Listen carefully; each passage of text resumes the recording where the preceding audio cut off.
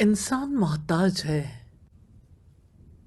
محتاج کے لیے وہ سب سے بڑی ذات ہے جس سے مانگنا کبھی ختم نہیں ہوتا۔ انسان جب اپنے رب سے طلب کرتا ہے، مانگتا ہے، تو اللہ تعالیٰ سے مانگنا دعا کہلاتا ہے۔ دعا کیا ہے؟ اپنے رب کے ساتھ کبھی ختم نہ ہونے والے دلی تعلق کا اظہار ہے۔ اور جو شخص اللہ تعالیٰ سے محبت رکھتا ہے اس کی زندگی کا کوئی لمحہ دعا سے خالی نہیں ہو سکتا۔ مثال کے طور پر ایک شخص دوسرے سے ملاقات کرنا چاہتا ہے، وہ دونوں ایک دوسرے کو السلام علیکم ورحمۃ اللہ کہیں گے، یعنی آپ پر اللہ تعالیٰ کی سلامتی اور اللہ تعالیٰ کی رحمت ہو۔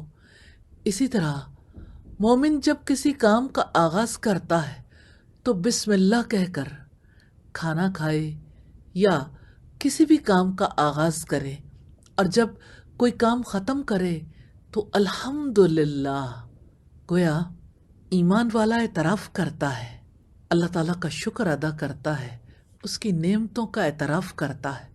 اسی طرح جب اس کے دل میں کوئی برا خیال آتا ہے تو وہ اللہ تعالیٰ کی پناہ مانگتا ہے اور اپنی زبان سے کہتا ہے اعوذ باللہ من الشیطان الرجیم۔ اگر کوئی شخص کسی مسئلے میں مبتلا ہوتا ہے تو وہ اللہ تعالیٰ پر توکل کرتا ہے، حسبی اللہ لا الہ الا ہو علیہ توکلت وہو رب العرش العظیم، اللہم علیک توکلنا۔ اسی طرح جب کسی کو کوئی مال ملتا ہے تو وہ کہتا ہے اللہم بارک لنا فی اموالنا، اللہ ہمارے مالوں میں برکت عطا فرما دے۔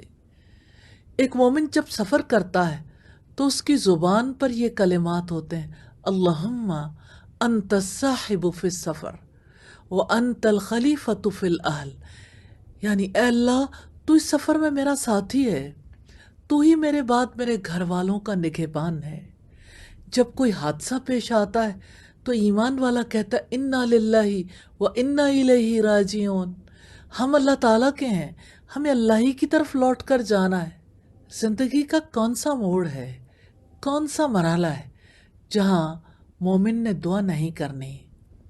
یہ دعائیں ہیں جو ہر موقع پر ایمان کو تازہ کرتی ہیں اور دنیا میں ہر تجربے کو ربانی تجربہ بناتی ہیں۔